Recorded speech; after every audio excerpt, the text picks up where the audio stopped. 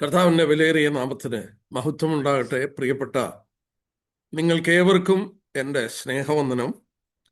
ഞാൻ ഈ പ്രാവശ്യം ബഹറിന് വന്നിട്ട് എനിക്ക് തോന്നുന്നു ഏറ്റവും കൂടുതൽ ക്ലാസ് എടുത്തിരിക്കുന്നത് എബനേസർ അസംബ്ലിക്കാണ്, നിങ്ങൾക്കാണ് എന്ന് ഞാൻ വിശ്വസിക്കുന്നു. ദൈവം അത് ക്രമീകരിച്ച് തന്നു, ദൈവഹിതമെന്ന് പൂർണ്ണമായി വിശ്വസിക്കുന്നു. ഇത് എനിക്ക് തോന്നുന്നു ഈ പ്രാവശ്യത്തെ ലാസ്റ്റ് ക്ലാസ് ആയിരിക്കും. ഞാൻ കഴിയുന്നതും സൗദിയിൽ ഞങ്ങൾ രണ്ടും കൂടെ അവിടെ നിന്ന് പോകാൻ വേണ്ടി ശ്രമിക്കുകയാണ്.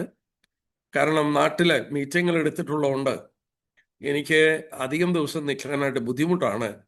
ഫ്ലൈറ്റുകൾ ഉടനെ ഇവിടെ നിന്ന് സ്റ്റാർട്ട് ചെയ്യുമോ എന്ന് എനിക്കറിയില്ല. അതുകൊണ്ട് സൗദിയിൽ നിന്ന് ഇപ്പോൾ ഒരു ഓപ്ഷൻ ഉള്ളത് കൊണ്ട് ഞങ്ങൾ അതിന് ശ്രമിക്കാനായിട്ട് പോവുകയാണ്. ദൈവങ്ങൾ പ്രത്യേക പ്രാർത്ഥിക്കണം. ബുദ്ധിമുട്ടൊന്നുമില്ലാതെ വീട്ടിൽ ചെല്ലണം. കാര്യങ്ങളെ ക്രമീകരിച്ച് ദൈവം തരണം. ദൈവത്തിൻ്റെ സമയത്ത് അതെല്ലാം ക്രമീകരിച്ച് തരാനായിട്ട് ദൈവമക്കൾ പ്രത്യേകം പ്രാർത്ഥിക്കണം. നിങ്ങളോടൊത്ത് സമയം ചെലവഴിപ്പാൻ ഇടയായതിൽ വളരെ സന്തോഷമുണ്ട്.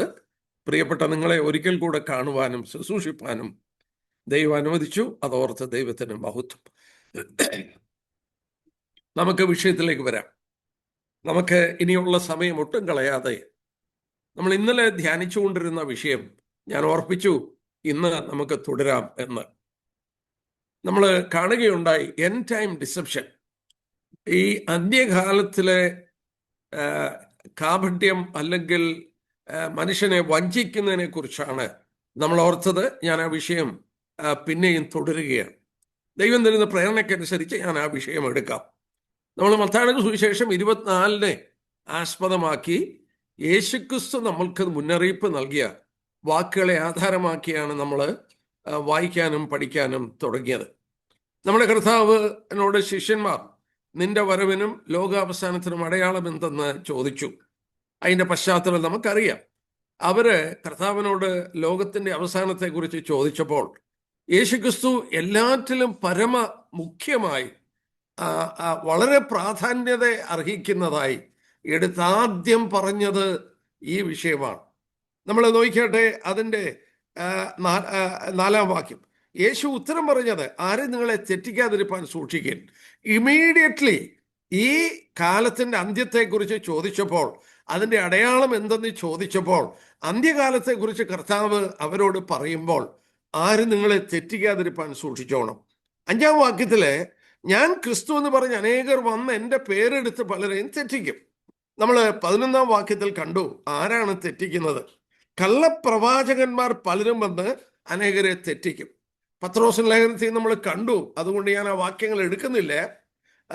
പത്രോസിന്റെ ലേഖനത്തിൽ കണ്ടു, കള്ളപ്രവാചകന്മാരെന്ന് പറയുന്നത് ദുരുപദേഷ്ടകന്മാരാണ്, തെറ്റായത് പഠിപ്പിക്കുന്നവരാണ്.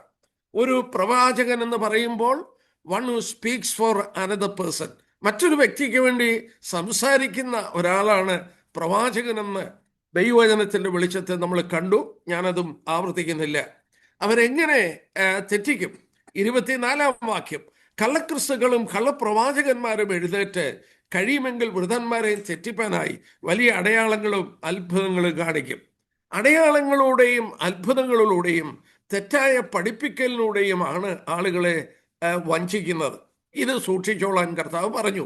അപ്പോൾ ഒരു കാര്യം തീർത്ത് നമുക്കറിയാം, കാലം അതിൻ്റെ അന്ത്യത്തിലെത്തുമ്പോൾ, നമ്മുടെ കർത്താവിൻ്റെ മടങ്ങിവരവ് സമീപിക്കുമ്പോൾ, അവസാനത്തെ ജനറേഷൻ, ഞാൻ ഓർപ്പിച്ചു ഒരു വാക്ക്, ടെർമിനൽ ജനറേഷൻ, ഉൽപ്രാവണത്തോടുള്ള ബന്ധത്തിൽ ഈ ലോകത്തിലായിരിക്കുന്ന ആ തലമുറ ഈ വലിയ വഞ്ചന കാണും, അകപ്പെടും എന്നുള്ളത് വളരെ വ്യക്തമായി കർത്താവ് ഓർപ്പിച്ചു.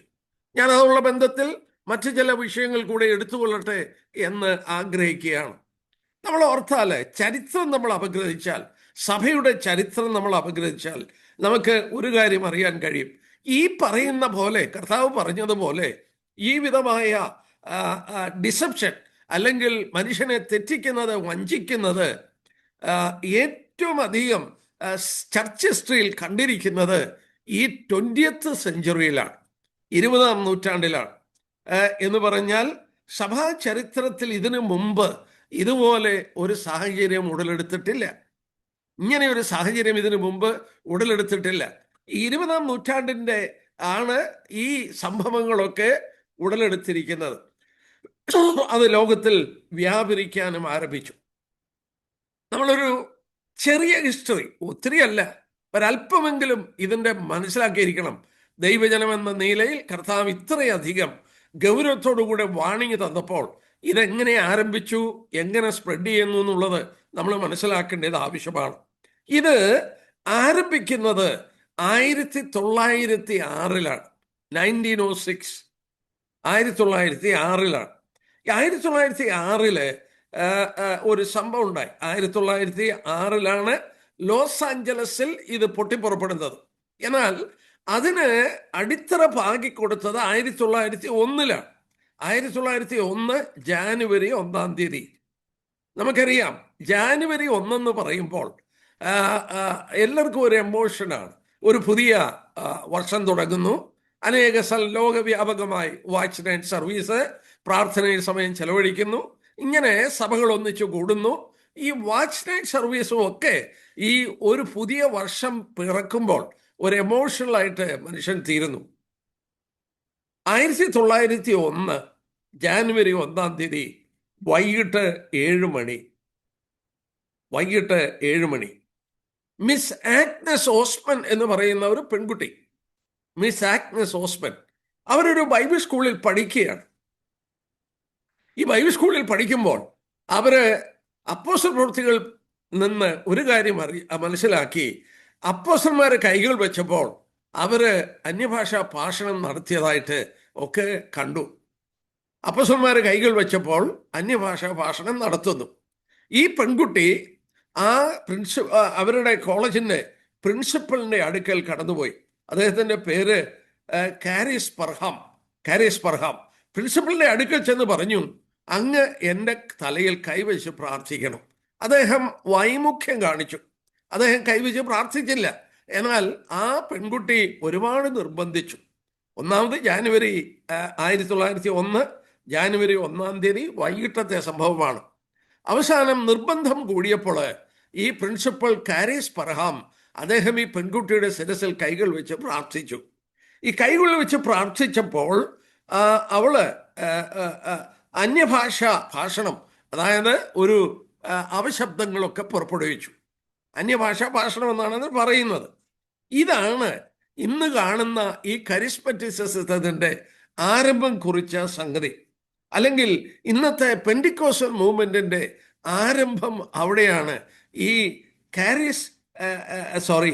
മിസ് ആഗ്നസ് ഓസ്മനിൽ നിന്നാണ് ഇത് ആരംഭിക്കുന്നത്. അവിടെ ഒരു പുതിയ ടീച്ചിങ് കടന്നു വന്നു. ആ ടീച്ചിങ് ആണ് അപകടമായ ഒരു ഒരു ഒരു ഒരു ഒരു ഒരു ഡീവിയേഷൻ. ആ ടീച്ചിങ് എന്താണെന്ന് ചോദിച്ചാൽ ആത്മസ്നാനത്തിന്റെ ഏകവും പ്രത്യക്ഷമായ അടയാളം അന്യഭാഷാ ഭാഷണമാണ്. ഇത് വ്യക്തമായ ബുക്കുകളിൽ രേഖപ്പെടുത്തിയത്, ഞാൻ പേര് പറയുന്നില്ല, വളരെ പ്രസിദ്ധരായ പെന്റിക്കോസ്റ്റൽ വളരെ പ്രസിദ്ധരായ അനേകർ ബഹുമാനിക്കുന്ന വലിയ ആളുകളുടെ ബുക്കുകൾ എൻ്റെ കയ്യിലുണ്ട്. എൻ്റെ കയ്യിൽ ഒരുപാടുണ്ട് അത്രയും ബുക്കുകൾ. ആ ബുക്കുകളിൽ രേഖപ്പെടുത്തിയിരിക്കുന്നത് ഞാൻ വായിച്ചു. ആത്മസ്നാനത്തിന്റെ ഏകവും പ്രത്യക്ഷമായ അടയാളം അന്യഭാഷാ ഭാഷണമാണ്. പെന്റിക്കോസ്റ്റൽ ചർച്ചസ് ബേസ് ചെയ്തിരിക്കുന്നത് ഈ ടീച്ചിങ്ങിനെ ആസ്പദമാക്കിയാണ്. The one and the only evidence of baptism of the holy spirit is speaking in tongues. അന്യഭാഷയിൽ സംസാരിച്ചെങ്കിലേ ആത്മസ്നാനം ലഭിച്ചു എന്ന് വരികയുള്ളൂ. നമുക്ക് ആത്മസ്നാനം എന്താണെന്നൊന്നും പഠിക്കുവാനായിട്ട് സമയമില്ല. പക്ഷേ ആ ടീച്ചിങ് തെറ്റാണെന്ന് മാത്രം ഞാനൊന്ന് വചനത്തിന്റെ വെളിച്ചത്തിൽ കാണിക്കാം. പിന്നീട് നമുക്ക് മുന്നോട്ട് പോകാം. കൊരിന്ത്യർ ലേഖനം എന്നെടുത്താട്ടെ, 1 കൊരിന്ത്യർ 12 ആത്മസ്നാനത്തിന്റെ ഏകവും പ്രത്യക്ഷമായ അടയാളം അന്യഭാഷാ ഭാഷണമാണ്. അവരില് എല്ലാവരും തന്നെ വിശ്വസിക്കുന്നത്, അല്ലെങ്കിൽ ഏറിയ പങ്കും വിശ്വസിക്കുന്നത് ഈ കാര്യം തന്നെയാണ്. അത് നമ്മൾ വചനത്തിന്റെ വെളിച്ചത്തിലാണ് പരിശോധിക്കേണ്ടത്. കഴിഞ്ഞ ദിവസം നമ്മൾ ഓർത്തു, നമ്മുടെ കർത്താവ് പഠിപ്പിച്ചു, you are not knowing the scriptures. നിങ്ങൾ തിരുവെഴുത്തുകളെ അറിയാതെ കൊണ്ട് തെറ്റിപ്പോകുന്നു. നമ്മൾ തിരുവെഴുത്ത് വ്യക്തമായിട്ട് അറിയണം. ഈ പറഞ്ഞ കാര്യത്തിന്റെ സത്യം എന്താണെന്ന് നമുക്ക് നോക്കാം. 1 കൊരിന്ത്യർ 12 13 1 കൊരിന്ത്യർ 12:13. അപ്പോസ്തലനായ പൗലോസ് കൊരിന്ത്യ സഭയ്ക്ക് എഴുതുകയാണ്. എന്താ എഴുതുന്നത്? യഹൂദന്മാരോ യവനന്മാരോ ദാസന്മാരോ സ്വതന്ത്രന്മാരോ നാം എല്ലാവരും, നമ്മളിൽ കുറച്ചു പേരെന്നല്ല, നാം എല്ലാവരും ഏക ശരീരമാകുമാറ് ഒരേ ആത്മാവിൽ സ്നാനമേറ്റും എല്ലാവരും ഒരേ ആത്മാവിനെ പാനം ചെയ്തുമിരിക്കുന്നു. സൗന്മാരെ, ആ വാക്ക് പ്രത്യേകം ശ്രദ്ധിക്കുക. കൊരിന്ത്യ സഭയ്ക്ക് പൗലോസ് എഴുതുകയാണ്, യഹൂദന്മാരോ യവനന്മാരോ ദാസന്മാരോ സ്വതന്ത്രന്മാരോ ആരുമായിക്കൊള്ളട്ടെ, നാം എല്ലാവരും, ആ കൊരിന്ത്യ സഭയിൽ ആരൊക്കെയുണ്ടോ അവരെല്ലാവരും ആത്മസ്നാനത്താൽ ഏക ശരീരമായി. ക്രിസ്തുവിന്റെ മാർമിക ശരീരം, ശിരസ് സ്വർഗത്തിലും ശരീരം ഭൂമിയിലുമാണ്.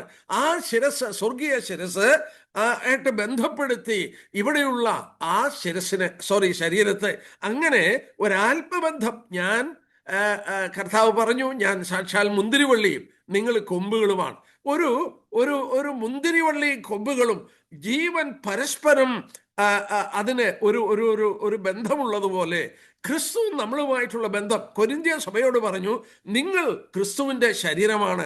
You are body of Christ. ആ പ്രാദേശിക സഭ, അതിന്റെ 27-ാം വാക്യം നോക്കിയേ, 27-ാം വാക്യം അതേ അധ്യായം. നിങ്ങൾ ക്രിസ്തുവിന്റെ ശരീരം, ഓരോരുത്തൻ വെവ്വേറെ അവയവമാണ്. അതായത് ആ പ്രാദേശിക സഭ ക്രിസ്തുവിന്റെ ശരീരമാണ്. അവിടെയുള്ള വിശുദ്ധന്മാരായ ശരീരത്തിന്റെ വ്യത്യസ്ത അവയവങ്ങളാണ്. ആത്മസ്നാനത്താൽ ആ ശരീരം ആ ശിരസുമായിട്ട് ബന്ധപ്പെട്ടു. ആ സ്വർഗീയ ശിരസ് അവരെ നിയന്ത്രിക്കുന്നു, അവരെ നയിക്കുന്നു. There is a providing life among all from Christ. ക്രിസ്തുവിൽ നിന്ന് എല്ലാവരിലും വ്യാപരിക്കുന്ന ഒരു ജീവനുമുണ്ട്. എന്നാൽ നമ്മുടെ വിഷയത്തിൽ നമ്മൾ നോക്കാം. ഇവിടെ നമ്മൾ ഒരു കാര്യം തർക്കമറ്റ രീതിയിൽ വചനം പഠിപ്പിക്കുന്നു. കൊരിന്ത്യ സഭയിലുള്ള എല്ലാവരും ആത്മസ്നാനമേറ്റവരായിരുന്നു. നിങ്ങളെല്ലാവരും എന്നോ ഇന്നാളുകളെന്നോ അല്ല പൗലോസ് പറഞ്ഞത്, നാം എല്ലാവരും. അത് അണ്ടർലൈൻ ചെയ്യണം. അതേ അധ്യായം 27-ാം വാക്യം, നിങ്ങൾ ക്രിസ്തുവിന്റെ ശരീരം, ഓരോരുത്തൻ വെവ്വേറെ അവയവങ്ങളാണ്. എന്നിട്ട് പൗലോസ് കൃപാവരങ്ങളെ കുറിച്ച് പറയുകയാണ്. 23-ാം വാക്യം നോക്കിയേ. ദൈവസഭയിൽ ഒന്നാമത് അപ്പോസ്തലന്മാർ, രണ്ടാമത് പ്രവാചകന്മാർ, മൂന്നാമത് ഉപദേഷ്ടാക്കന്മാർ, ഇങ്ങനെ ഓരോരുത്തരെ നിയമിച്ചു. പിന്നെ വീര്യപ്രവൃത്തികൾ, രോഗശാന്തികളുടെ വരം, സഹായം ചെയ്യുവാനുള്ള വരം, പരിപാലന വരം, വിവിധ ഭാഷാവരം എന്നിങ്ങനെ നൽകപ്പെട്ടു. നോക്കുക, ഒരു സഭയിലെ വ്യത്യസ്തമായ കൃപാവരങ്ങൾ. നമ്മൾ കണ്ടതുപോലെ നിങ്ങൾ ക്രിസ്തുവിന്റെ ശരീരമാണ്, നിങ്ങൾ വ്യത്യസ്തമായ അവയവങ്ങളാണ്. ഇനിയും 29-ാം വാക്യം വളരെ ശ്രദ്ധയോടെ നോക്കുക. എല്ലാവരും അപ്പോസ്തലന്മാരോ? അല്ല. കാരണം എഫേസ്യലേഖനം 4-ാം അധ്യായത്തിൽ വായിക്കുന്നുണ്ട്, അപ്പോസ്തലന്മാരും പ്രവാചകന്മാരും എന്ന അടിസ്ഥാനത്തിന്മേലാണ് സഭ പണിതത്. അപ്പോസ്തലന്മാരെ 12 പേരേയുള്ളൂ. കർത്താവ് ഒരു രാത്രി മുഴുവൻ പ്രാർത്ഥിച്ച് 12 പേരെ തിരഞ്ഞെടുത്ത് അവർക്ക് അപ്പോസ്തലന്മാരെന്ന് പേരിട്ട് അവർക്ക് ഭൂതങ്ങളെ പുറത്താക്കാൻ, സകല രോഗങ്ങളെ സൗഖ്യമാക്കുവാൻ അധികാരം കൊടുത്തു. He gave dum authority. അവര് അടിസ്ഥാനം ഭാഗ്യതാണ്, അടിത്തറ ഭാഗ്യതാണ്. അപ്പോൾ ഇവിടെ ഈ ചോദ്യം, എല്ലാവരും അപ്പോസ്തലന്മാരാണോ? അല്ല. എല്ലാവരും പ്രവാചകന്മാരാണോ? അല്ല. എല്ലാവരും ഉപദേഷ്ടാക്കന്മാരാണോ? അല്ല. എല്ലാവരും വീര്യപ്രവൃത്തികൾ ചെയ്യുന്നോ? അല്ല. എല്ലാവർക്കും രോഗശാന്തിയുടെ വരമുണ്ടോ? ഇല്ല. അടുത്ത ഭാഗം, എല്ലാവരും അന്യഭാഷയിൽ സംസാരിക്കുന്നുവോ? ഇല്ല. നോക്കിക്കട്ടെ, 1 കൊരിന്ത്യർ 12:13 കൊരിന്ത്യ സഭയിലുള്ള എല്ലാവരും അന്യഭാഷ പറഞ്ഞിട്ടുണ്ട്. ക്ഷമിക്കണേ, എല്ലാവരും ആത്മസ്നാനമേറ്റിട്ടുണ്ട്. 1 കൊരിന്ത്യർ 12:13 നാം എല്ലാവരും ഏക ശരീരമാറുമാകെ ഒരേ ആത്മാവിനാൽ സ്നാനമേറ്റു. അപ്പൊ കൊരിന്ത്യ സഭയിലുള്ള എല്ലാവരും ആത്മസ്നാനമുള്ളവരാണ്. പക്ഷേ കൊരിന്ത്യ സഭയിലുള്ള എല്ലാവർക്കും അന്യഭാഷാ ഭാഷണമില്ല. അതൊരു കൃപാവരമാണ്. ആത്മാവ് നൽകുന്നവർ ഉച്ചരിക്കുന്നതാണ്. ഒരു ശരീരത്തിന് വിവിധ അവയവങ്ങളുള്ളതുപോലെ ഇവിടെ നമ്മൾ കണ്ടു, ആത്മസ്നാനത്താൽ ഒരു ശരീരമുണ്ടായി, കർത്താവിന്റെ ശരീരം. ആ ശരീരത്തെ അവയവങ്ങളെ പോലെയാണ് വിവിധ കൃപാവരങ്ങൾ ലഭിച്ചവര്. അവൾ ഇവിടെ തീർത്ത് കൽപ്പിക്കുന്നു, എല്ലാവർക്കും അന്യഭാഷാ ഭാഷണമില്ല. സൗരന്മാരെ, പിന്നെങ്ങനാണ് ഈ ഉപദേശം വരുന്നത്? ഏകവും ആത്മസ്നാനത്തിന്റെ ഏകവും പ്രത്യക്ഷമായ അടയാളം അന്യഭാഷാ ഭാഷണമാണെന്നുള്ളത് തെറ്റാണ് എന്ന് അതിൽ നിന്ന് കാണാനായിട്ട് കഴിയുന്നു. It's A wrong teaching. പക്ഷെ വലിയ ഗൗരവപൂർണമായ സ്വർഗത്തിൽ പോകാതിരിക്കുകയൊക്കെ ചെയ്യുന്ന ഒരു ഉപദേശമൊന്നുമല്ല. ഒരു ഒരു ഒരു ചെറിയ ഉപദേശത്തിന്റെ ഡീവിയേഷനാണ്. എന്നാൽ ഇവിടെ നിന്ന് സംഭവിച്ചത് ഞാൻ പറയാം. ഇത് ആളുകൾ, ഈ മിസ് ആഗ്നസ് ഓസ്മന്റെ 1901 സംഭവിച്ചു ഈ ഭാഷാപരം, അന്യഭാഷാ ഭാഷണം. അവരുടെ പ്രിൻസിപ്പൽ തലയിൽ കൈവച്ച് പ്രാർത്ഥിച്ചപ്പോൾ ആ പെൺകുട്ടി അന്യഭാഷാ ഭാഷണം നടത്തി. അന്നുണ്ടായ ഉപദേശമാണിത്. അത് എക്സ്പ്ലോഡ് ചെയ്യുന്നത് ലോസ് ആഞ്ചലസിലെ 1906 സംഭവിച്ച അവിടുത്തെ ക്യാമ്പയിനും അവിടെയുള്ള ഉണർവും ഒക്കെയാണ്. എന്നാൽ ഇത് 50 വർഷം, ഫോർ 50 years, ഈ ഉപദേശം ഒരു പ്രത്യേക ഗ്രൂപ്പിൽ മാത്രമായിരുന്നു. പെന്റിക്കോസ്റ്റൽ എന്ന് പറയുന്ന ഒരു ഗ്രൂപ്പിൽ മാത്രം ഇത് വിശ്വസിച്ചിരുന്ന ഒരു കൂട്ടത്തിൽ മാത്രമായിരുന്നു ഓൾമോസ്റ്റ് 50 years. ഇതിനൊരു സെക്കൻഡ് ഫേസ് ഉണ്ടായി. 1960 ആയപ്പോൾ ഇതിനൊരു വേറെ പേരുണ്ടായി, കരിസ്മറ്റിക് മൂവ്മെന്റ്. കരിഷ്മ എന്ന് പറഞ്ഞാൽ ഗിഫ്റ്റ് എന്നാണ് കരിഷ്മ. ആ കരിസ്മറ്റിക് മൂവ്മെന്റ്, ഈ കൃപാവരങ്ങളുടെ മൂവ്മെന്റ്, അല്പം കൂടെ ഉപദേശം വന്നു, കൃപാവരങ്ങളെല്ലാം ഉണ്ട്. എന്നാൽ ഇവിടെ 1960 സംഭവിച്ചത് എന്താന്ന് ചോദിച്ചാൽ, ഇത് മെയിൻ ലൈൻ ചർച്ചസിലും ഇത് അംഗീകരിക്കാൻ തുടങ്ങി. മെയിൻ ലൈൻ ചർച്ചസ് എന്ന് പറഞ്ഞാൽ എക്സിസ്റ്റ് ചെയ്യുന്ന സഭകളുണ്ടല്ലോ. നേരത്തെ ഈ ഉപദേശത്തിൽ പുതിയ സഭകൾ ഉണ്ടാകുകയായിരുന്നു. 50 വർഷം പെന്റിക്കോസ്റ്റൽ ചർച്ചസ്, പുതിയ ചർച്ചസ് ഉണ്ടാകുകയായിരുന്നു. എന്നാൽ 1960കളിൽ ഈ ഉപദേശം ഓൾറെഡി എസ്റ്റാബ്ലിഷ് ചെയ്ത എക്സിസ്റ്റിംഗ് ചർച്ചസ് ഉണ്ടല്ലോ, റിഫോംഡ് ചർച്ചസ്, കാത്തലിക് ചർച്ച്, ഇങ്ങനെയുള്ള സഭകളിൽ കടക്കാൻ തുടങ്ങി 50 വർഷം കഴിഞ്ഞപ്പോൾ. അങ്ങനെ കാത്തലിക് കരിസ്മറ്റിക്, റിഫോംഡ് കരിസ്മറ്റിക്, ഇങ്ങനെ പുതിയ പുതിയ എക്സിസ്റ്റ് ചെയ്യുന്ന സഭകളിൽ ഇത് വ്യാപരിക്കാൻ തുടങ്ങി. ഓൾമോസ്റ്റ് എല്ലാ സഭകളിലും വ്യാപരിക്കാൻ തുടങ്ങി. എന്നാൽ വളരെ വിരളയിൽ എണ്ണാൻ സഭകൾ ഇതിനെ എതിർത്തു.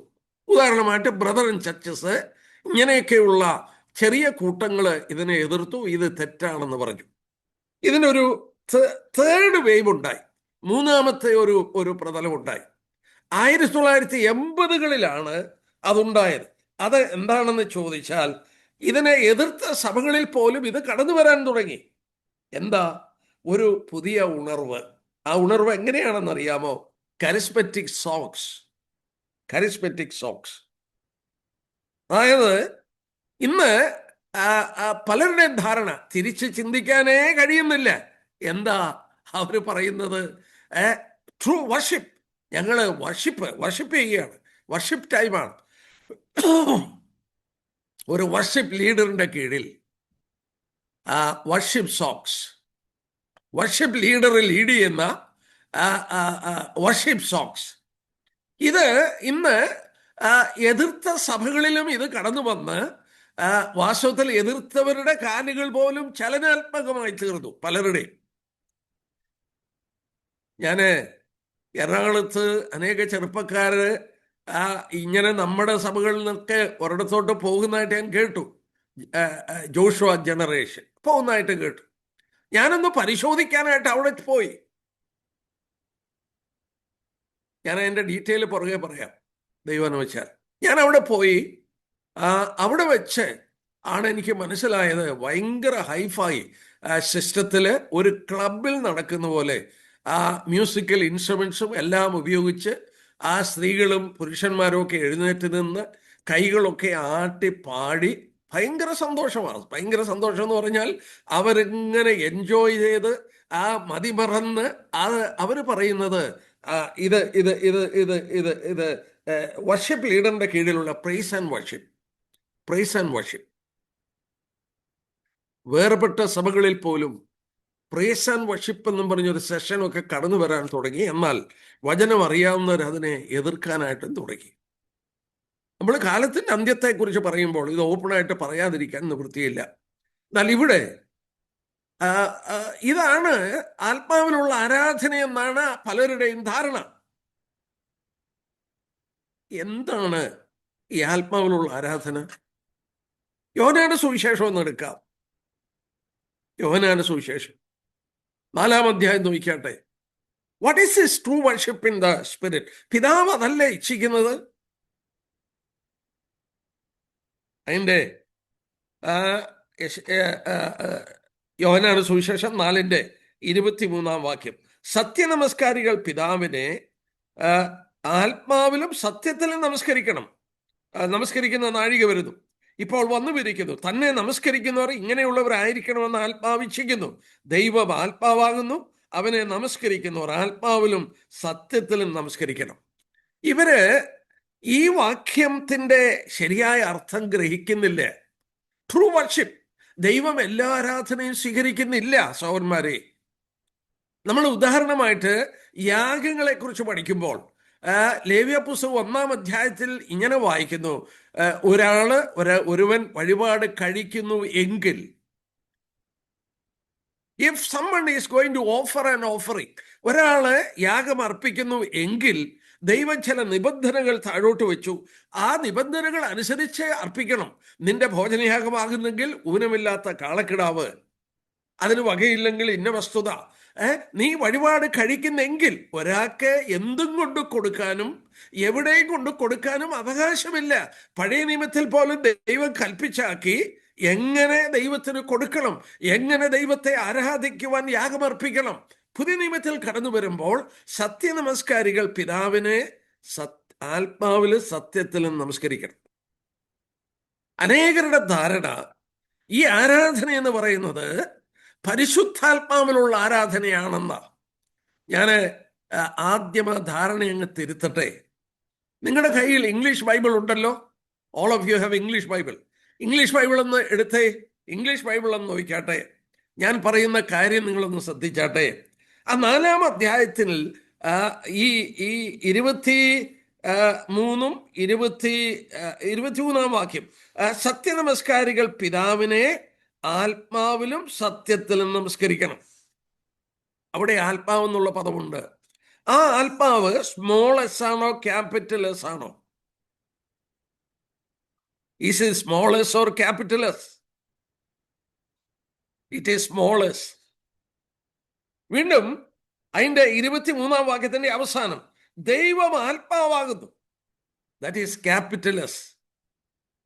God is spirit, that is capital S. പിന്നെ അവനെ നമസ്കരിക്കുന്നവർ ആത്മാവിലും സത്യത്തിലും നമസ്കരിക്കണം. അവിടെ ആ സ്പിരിറ്റ് എന്നുള്ളത് സ്മോൾ എസ് ആണ്. പരിശുദ്ധാത്മാവിനെ ഉദ്ദേശിക്കുമ്പോൾ ക്യാപിറ്റൽ എസ് ആണ്. പരിശുദ്ധാത്മാവിന് ക്യാപിറ്റൽ എസ് ആണ്. മനുഷ്യന്റെ ഉള്ളിലെ ആത്മാവുണ്ടല്ലോ, മനുഷ്യന് ദേഹമുണ്ട്, ദേഹത്തിന്റെ ഉള്ളിൽ സോളും സ്പിരിറ്റും ഉണ്ട്. ആ സ്പിരിറ്റിന് ഉപയോഗിച്ചിരിക്കുന്നത് സ്മോൾ എസ് ആണ്. അപ്പൊ ദൈവം തന്നെ ആരാധിക്കുന്നവർ എങ്ങനെയുള്ളവരായിരിക്കണം? ആത്മാവിലും സത്യത്തിലും നമസ്കരിക്കണം. പലരും ധരിക്കുന്നത് ഈ ആത്മാവിലുള്ള ആരാധന എന്ന് പറയാം പരിശുദ്ധാത്മാവിലുള്ള ആരാധന എന്നാ. ഞാനൊരു കാര്യം ചോദിച്ചോട്ടെ, പരിശുദ്ധാത്മാവ് എന്തിനാ ദൈവത്തെ ആരാധിക്കുന്നേ? ദൈവം എന്തിനാ ദൈവത്തെ ആരാധിക്കുന്നേ? ഇവിടെ പരിശുദ്ധാത്മാവ് നമുക്ക് എഴുതി തരികയാണ്, true worship is actually the worship that come out from my own spirit. എൻ്റെ ആത്മാവിൽ കടന്നു വരുന്ന ആരാധനയാണ്. പൗലോസ് പറയുന്നത് റോമലേഖനം 1:10 വായിക്കുന്നില്ലേ, ഞാൻ എൻ്റെ ആത്മാവിൽ ആരാധിക്കുന്ന ദൈവം. റോമൻസ് 1:10, ഞാൻ എൻ്റെ ആത്മാവിൽ ആരാധിക്കുന്ന ദൈവം. സോന്മാരെ, ഒരു കാര്യം പ്രത്യേകം ഓർക്കുക, ദൈവം ഇച്ഛിക്കുന്ന ആരാധന അവൻ നമുക്ക് ചെയ്ത നന്മകൾ, അവൻ ആരാണെന്നുള്ള ആ വലിയ കാര്യങ്ങൾ, അവന്റെ സ്നേഹം, അവന്റെ ത്യാഗം, അവന്റെ മരണം, അവന് നമ്മോടുള്ള കരുതൽ, ഇതൊക്കെ നമ്മൾ ഓർക്കുമ്പോൾ നമ്മുടെ ഉള്ളിലെ ആത്മാവിൽ അവനോടൊരു അഡോറേഷൻ ഉണ്ടാകും, ഒരു നന്ദി ഉണ്ടാകും. അതാണ് ആത്മാവിൽ നിന്നുള്ള ആരാധന. സത്യം വെളിപ്പെടുത്തിയ സത്യത്തിനനുസരിച്ചായിരിക്കണം. ലേവ്യർ 1:1 എന്താ വായിക്കുന്നത്? നിങ്ങൾ എനിക്ക് വഴിപാട് കഴിക്കുന്നെങ്കിൽ, പിന്നീട് ദൈവം പറയുന്ന പ്രമാണം സത്യമാണ്, അവർക്ക് കൊടുത്ത സത്യം. അപ്പോൾ ദൈവം പുതിയ നിയമത്തിൽ കടന്നു വരുമ്പോഴും എങ്ങനെ ആരാധിക്കണം ദൈവം വെളിപ്പെടുത്തി. പക്ഷേ ആരാധന എന്ന് പറയുന്നത് ഇന്ന് പ്രൈസ് ആൻഡ് വർഷിപ്പ് എന്ന് പറഞ്ഞ് ആ എല്ലാ വിധത്തിലുള്ള കാര്യങ്ങളും കാണിച്ചിട്ട് ഇത് പരിശുദ്ധാത്മാവിനുള്ള ആരാധനയാണെന്ന് പറയുമ്പോൾ വേർപെട്ട വിശ്വാസികളായി നമ്മൾ മറക്കാതെ ഓർക്കണം, ദൈവം ഇച്ഛിക്കുന്ന ആരാധന എൻ്റെയും നിങ്ങളുടെയും ഉള്ളിലുള്ള ആത്മാവിൽ നിന്നുള്ള ആരാധനയാണ്. അതുകൊണ്ടാണ് ഞാൻ ഇങ്ങനെ പറയാറുണ്ട്,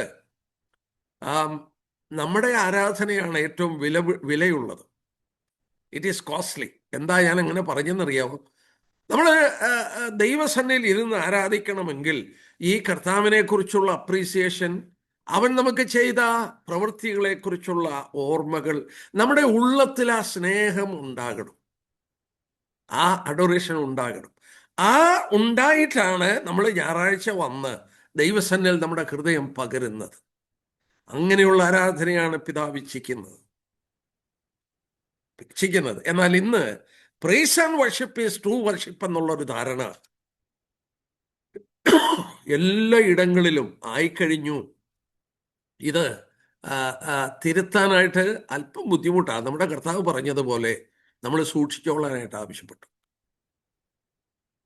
നമ്മൾ ഓർക്കണം, ഞാൻ ഓർപ്പിച്ചു, 3 വേവിലാണ് ഇത് സംഭവിച്ചത്. 1901 മിസ് ആഗ്നസ് ഓസ്മന്റെ അനുഭവത്തിൽ നിന്ന് അന്യഭാഷാ ഭാഷണം ആത്മസ്ഥാനത്തിൻ്റെ ഏകവും പ്രത്യക്ഷമായ അടയാളമാണെന്നൊരു ടീച്ചിങ് വന്നു.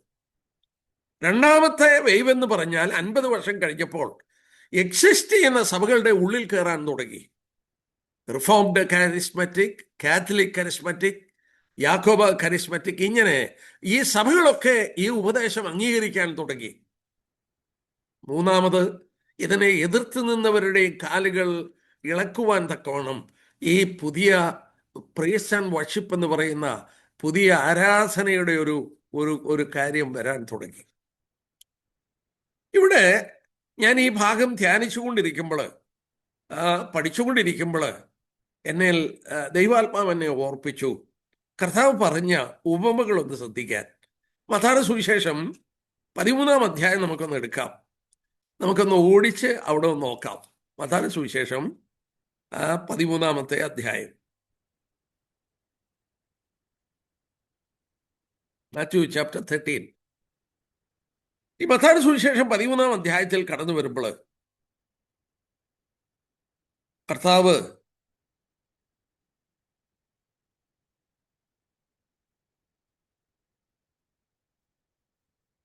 ഇവിടെ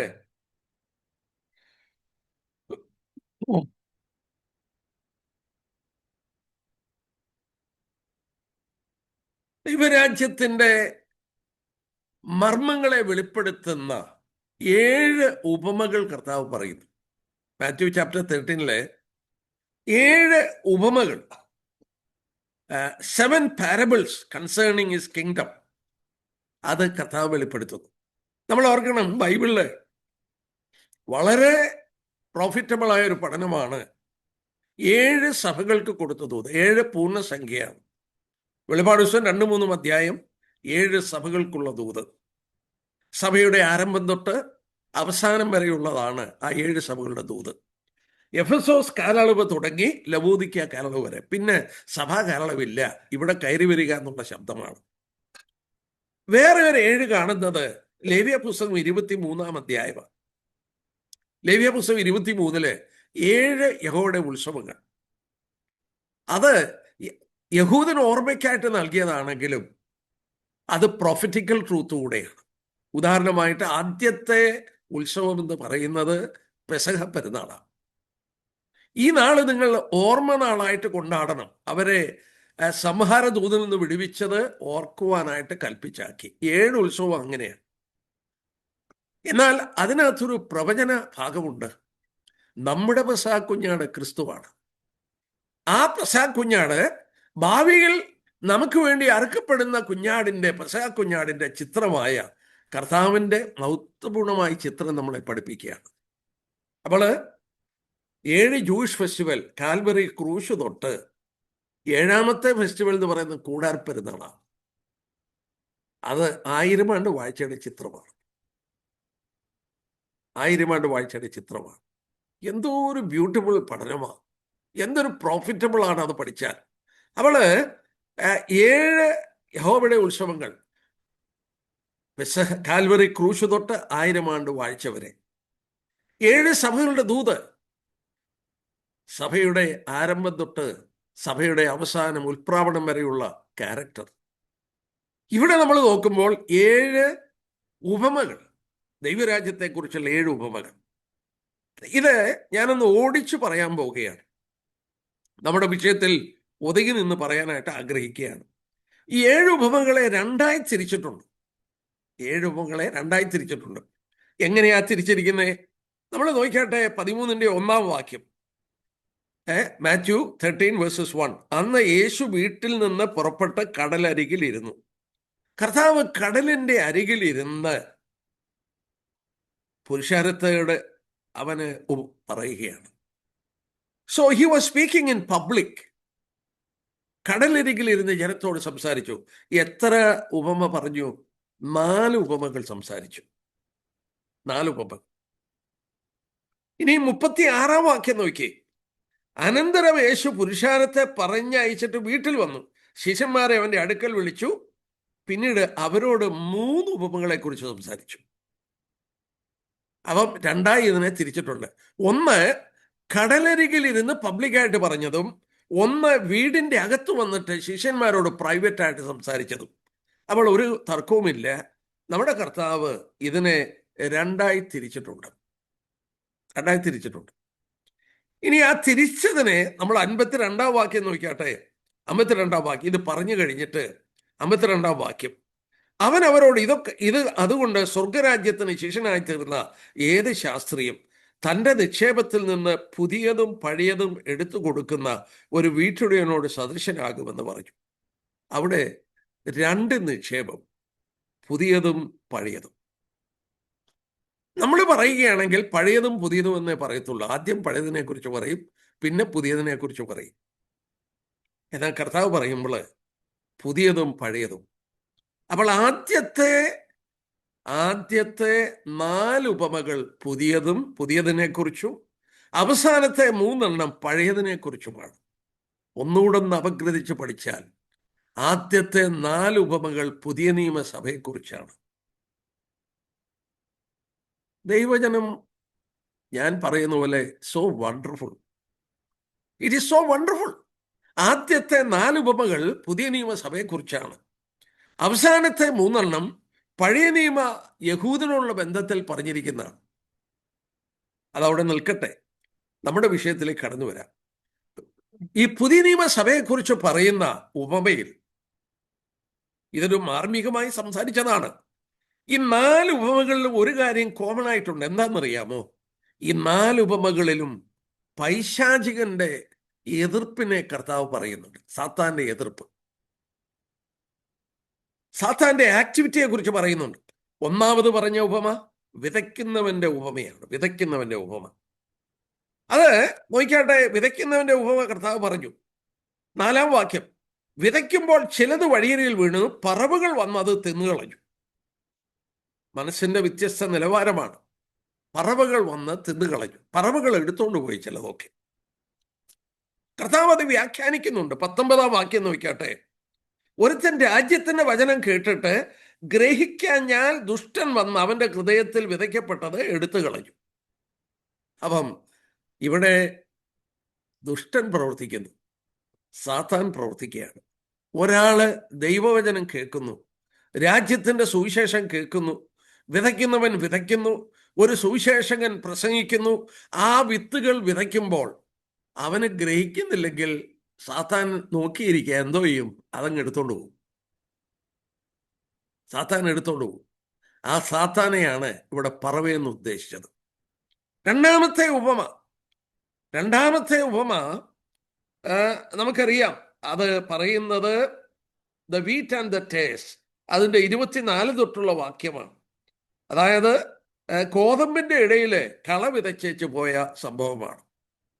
അവിടെ അതിൻ്റെ 25-ാം വാക്യം നോക്കിയാട്ടെ, മനുഷ്യൻ ഉറങ്ങുമ്പോൾ അവൻ്റെ ശത്രു വന്ന് ഗോതമ്പിൻ്റെ ഇടയിൽ കള വിതച്ച് പൊയ്ക്കളഞ്ഞു. അത് വളർന്നു, കതിരായപ്പോൾ കളയും കാണാതായി വന്നു. ഇവിടെ നോക്കിയാട്ടെ, ഉറങ്ങുമ്പോൾ ശത്രു കള വിതച്ചു പോവുകയാണ്. ഇവിടെയും പൈശാചികന്റെ പ്രവൃത്തി പറയുകയാണ്.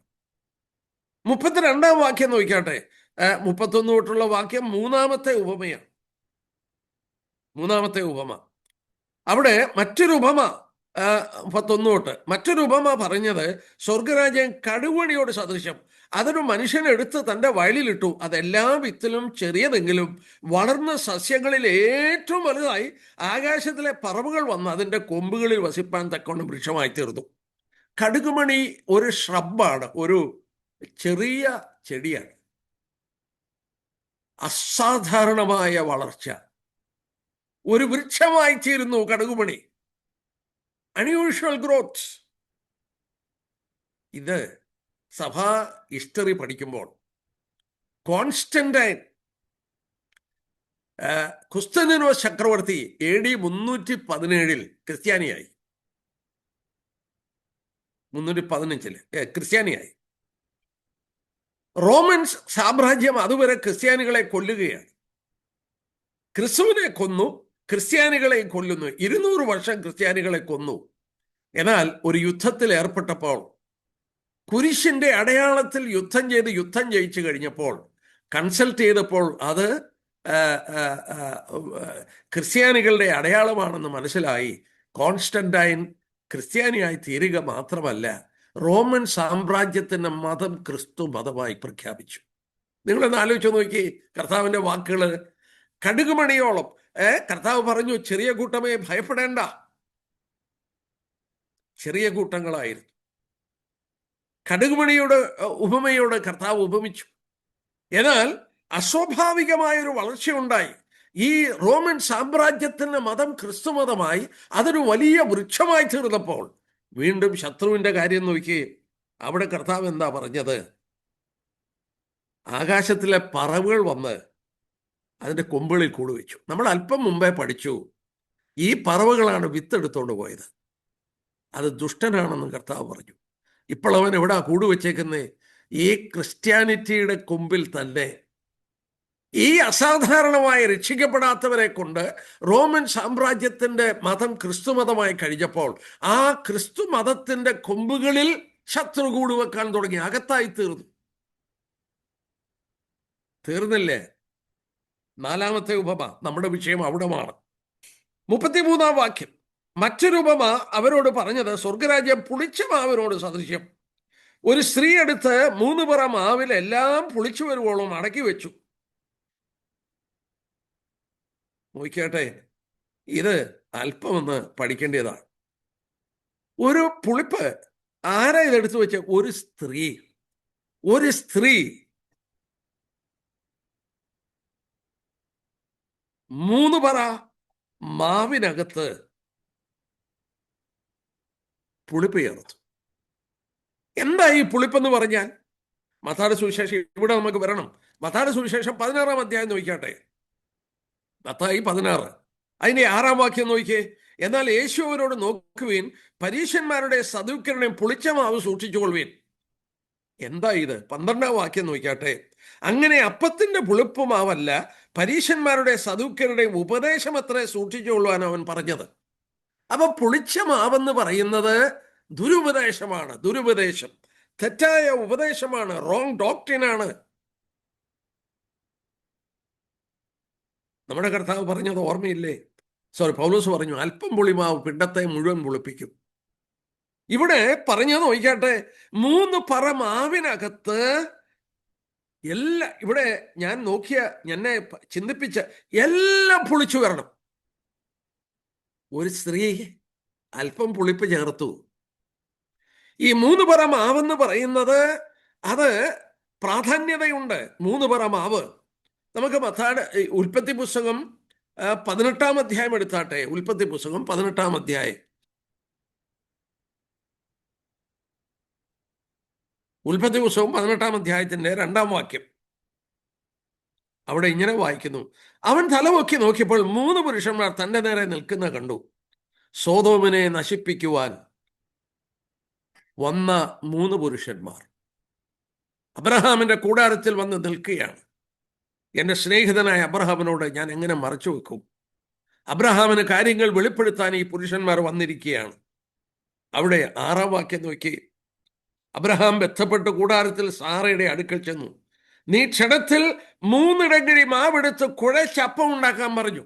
എത്ര മാവാ? 3 ഇടങ്ങഴി മാവെടുക്കാൻ പറഞ്ഞു. 1 ഇടങ്ങഴി ഒരാളുടെ അളവാണ്. 3 ഇടങ്ങഴി 3 വ്യക്തികളുടെ അളവാണ്. മന്ന പെറുക്കാൻ പറഞ്ഞപ്പോൾ ഓരോ ഇടങ്ങഴി ഓരോരുത്തർക്ക് പെറുക്കാൻ പറഞ്ഞു. ഇനി ഇവിടെ ആരാ ഈ 3 ദൂതന്മാര്? 16:22 നോക്കിക്കാട്ടെ. അങ്ങനെ ആ പുരുഷന്മാർ അവിടെ നിന്ന് തിരിഞ്ഞ് സോദോമിലേക്ക് പോയി. അബ്രഹാം യഹോവയുടെ സന്നിധിയിൽ തന്നെ നിന്നു. ഈ 3 പുരുഷന്മാർ സോദോമിലോട്ട് പോയി. 19:1 നോക്കി. 19:1 ആ 2 ദൂതന്മാർ വൈകുന്നേരത്ത് സോദോമിലെത്തി. അബ്രഹാമിന്റെ കൂടാരത്തിൽ നിന്ന് 3 പേരാ പോയത്. പക്ഷെ സോദോമിൽ എത്ര പേര് ചെന്നു? 2 പേര്. എന്താ ഒരാളെ മിസ് ചെയ്യുന്നത്? ഒരാളെ മിസ് ചെയ്യുന്നത് എന്താണ്? 3 പേര് അബ്രഹാമിന്റെ അടുക്കൽ 3 ഇടങ്ങഴി മാവ് കൊണ്ട് അപ്പം ഉണ്ടാക്കി ഭക്ഷിച്ചിട്ട് അവര് സോദോമിന് പോയി. പക്ഷേ സോദോമിൽ 2 പേരെ ചെന്നുള്ളൂ. ഒരാൾ മിസ്സിംഗ് ആണ്. ആരാ ഇത്? പല പണ്ഡിതരും വിശ്വസിക്കുന്നു that is the Lord Jesus Christ. 2 ദൂതന്മാരും യേശുക്രിസ്തുവുമാണ് അവിടെ പ്രത്യക്ഷപ്പെട്ടത്. ആ ദൂതന്മാർ സോദോമിൽ പോയി. ആ മലിനപ്പെട്ട മാലിന്യം നിറഞ്ഞ സ്ഥലത്ത് നമ്മുടെ കർത്താവിന് താമസിക്കാൻ കഴിയുന്നില്ല. അത്ര വൾഗറായ ഒരു സ്ഥലം. ദൂതന്മാരവിടെ കടന്നുപോയി. ആ 3 പറ മാവ് ഒന്നുകൂടെ നമുക്ക് ചിന്തിച്ചാൽ തിരുവചനത്തിന്റെ ഉപദേശങ്ങളുടെ ഒരു നാന്ദിയാണ്. നമ്മുടെ വിഷയത്തിൽ കടന്നു വരാം. മത്തായിയുടെ സുവിശേഷം 13-ാം അധ്യായത്തിൽ 4-ാമത് സഭയുടെ ഉപമ പറയുമ്പോൾ 4-ാമത് കർത്താവ് പറഞ്ഞത് എന്താ? സ്വർഗരാജ്യം പുളിച്ച മാവിനോട് സദൃശ്യം. ആ പുളിച്ച മാവ് നമ്മൾ കണ്ടു. അത് ദുരുപദേശത്തിന്റെ ചിത്രമാണ്. ഒരു സ്ത്രീ എന്ത് ചെയ്തു? ആ പുളിച്ച മാവെടുത്ത് 3 പറ മാവിൽ ചേർത്തു. 1901 ആ അന്യഭാഷാ ഭാഷണം, ചെറിയൊരു കാര്യം, അല്പം പുളിമാവും കൊണ്ട് ചേർത്ത് വെച്ചു. അന്യഭാഷാ ഭാഷണം ആത്മസ്നാനത്തിന്റെ നിറവാണെന്ന് പറഞ്ഞു. പക്ഷേ അല്പം പുളിമാവേ ചേർത്തുള്ളൂ. എന്തോ സംഭവിക്കും? ഇവിടെ വായിക്കുന്നു, എല്ലാം പുളിച്ചു വരണം.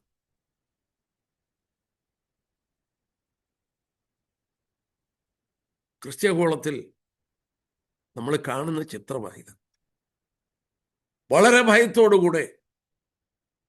ഭയത്തോടുകൂടെ നമ്മളിത് ശ്രദ്ധിക്കേണ്ടത് ആവശ്യമാണ്. എന്നെ കേൾക്കുന്നവരോട് അന്ത്യകാല ആ ഡിസപ്ഷൻ, ആ കാപട്യത്തില് ഇത് നമുക്ക് കാണാനായിട്ട് കഴിയും. നമ്മൾ കഴിഞ്ഞ ദിവസം പറഞ്ഞു നിർത്തിയ ഭാഗത്തിലേക്ക് കടന്നു വരാം. 2 കൊരിന്ത്യർ 11-ാം അധ്യായം. എത്ര വ്യക്തമായിട്ടാണ് ദൈവജനം നമ്മളെ പഠിപ്പിക്കുന്നത്. നമ്മൾ എത്ര സൂക്ഷിച്ച് ജീവിക്കേണ്ട ഒരു കാലയളവാണ്. 2 കൊരിന്ത്യൻസ് ചാപ്റ്റർ 11. ഞാൻ ഈ ഭാഗം എടുത്ത് പിന്നെയും വായിച്ചൊക്കെ നോക്കും. അവിടം കാരണം നോക്കിയാട്ടെ, അതിന്റെ 13-ാം വാക്യം, ഇങ്ങനെയുള്ളവർ കള്ളയപ്പോസ്തലന്മാർ. നമ്മൾ കണ്ടു, അപ്പോസ്തലന്മാർ കള്ളയപ്പോസ്തലന്മാർ. അനേകർ വന്ന് നിങ്ങളെ തെറ്റിക്കും. അവര് കപടവേലക്കാർ, ക്രിസ്തുവിന്റെ അപ്പോസ്തലന്മാരുടെ വേഷം ധരിക്കുന്നവർ. സാത്താൻ താനും വെളിച്ചദൂതന്റെ വേഷം ധരിക്കുന്നു. അവന്റെ ശുശ്രൂഷക്കാർ നീതിയുടെ ശുശ്രൂഷക്കാരുടെ വേഷം ധരിക്കുന്നു. സഹോദരന്മാരെ, പ്രവാചകന്മാരുടെ ശുശ്രൂഷ ചെയ്യുമ്പോൾ അതോട് ചേർന്ന് കള്ളപ്രവാചകന്മാരുണ്ടായിരുന്നു. അപ്പോസ്തലന്മാർ ശുശ്രൂഷിച്ചപ്പോൾ കള്ള അപ്പോസ്തലന്മാരുണ്ടായിരുന്നു. ആടുകളുടെ കൂടെ ആടുകളുടെ വേഷം ധരിച്ച ചെന്നായ്ക്കളുണ്ടായിരുന്നു. കോതമ്പിന്റെ ഇടയിൽ കളയുണ്ടായിരുന്നു. നമ്മൾ ഇവിടെ വായിക്കുന്നു, സാത്താൻ താനും വെളിച്ചദൂതന്റെ വേഷം. കഴിഞ്ഞ ദിവസം നമ്മൾ ചിന്തിച്ചു, പഠിച്ചു. ആത്മീയഗോളത്തിലെ കാപഢ്യമാണ് ഈ പറയുന്നത്. ആത്മീയഗോളത്തിലെ പൈശാചികൻ പലവിധത്തിൽ തന്ത്രങ്ങൾ ഉപയോഗിക്കും. നമ്മുടെ വചനത്തിൽ നമ്മൾ കാണുന്നു, സാത്താന്റെ തന്ത്രങ്ങളെ നിങ്ങൾ അറിയാത്തവരല്ലല്ലോ. അനേക തന്ത്രങ്ങൾ അവർ ഉപയോഗിക്കും.